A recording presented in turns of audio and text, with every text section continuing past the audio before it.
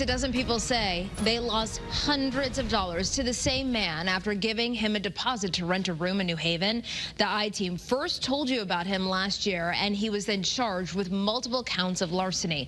But now he's not showing up for court and is on the run. Your consumer investigative reporter Cassidy Williams joins us to explain what she's learned about what he's been getting up to since getting out of jail. Cassidy. New Haven police tell us once 54-year-old Christian DeRuin bailed out of jail, he's accused of continuing the same crime. And while the courts may not know where he is, a caller to our I-Team tip line may have found him. The I-Team was there when 54-year-old Christian DeRuin was arraigned for larceny in December, accused of fraudulently renting out a room in this home in New Haven. Through court records and interviews, the I-Team knows of at least a dozen people who say they each sent DeRuin around a $600 deposit to rent out a room here, only for him to make up excuses and then stop responding. He had a bunch of reasons why he couldn't give me a key. There's no chance in my mind that he actually was truthful about anything that he said. And New Haven police tell the I-Team they've heard from even more victims. The goal would be ultimately, from the legal system, the goal would be to make the victim whole somehow. In this case, it would be financially. I don't know if this individual has any finances. That's why DeRuin was arrested late last year and charged with multiple counts of larceny. He posted bail and had a hearing scheduled for late April.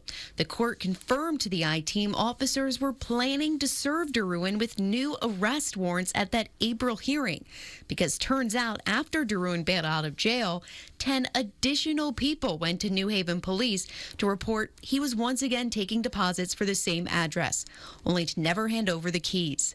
But DeRuin never showed up for that April court hearing. There's been a rearrest warrant out for him ever since. If and when we have police contact, he'll be arrested and processed. I think he's up to like 11 warrants, all for the same thing, fraudulently renting an apartment. Now, DeRuin doesn't own this home. The I-Team found housing records that show the real owner filed to evict DeRuin in March, saying he hadn't paid his rent since September of last year. The homeowner's attorney told us the case ended in May because DeRuin moved out. So where did he go? The I-Team tip line may have the answer. Earlier this week, we got a call from someone who says DeRuin is now posting about a room for rent in Vidor, Texas. That caller asked to remain anonymous, but says they almost sent DeRuin a deposit, but then they looked him up and found our I-Team reports. Using property records, the I-Team found the owner of that Texas home, who confirms DeRuin is now living there. But the homeowner tells the I-Team he didn't know DeRuin was posting about his home on Craigslist. New Haven police encourage anyone to contact their local department if they think this has happened to them. If you think you're a victim of fraud, obviously, contact whatever agency where you live or where that transaction occurred.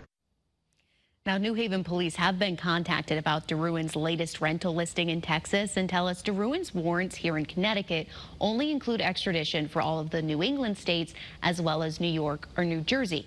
That means if he was arrested in one of those states, New Haven police would go get him.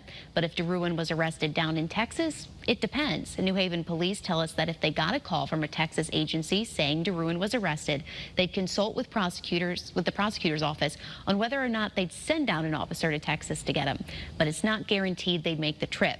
Now, we have called DeRuin for comment, and he responded to us with a lengthy text message, but that text did not respond to our questions or the allegations against him. Your consumer investigative reporter, Cassidy Williams, Channel 3 Eyewitness News.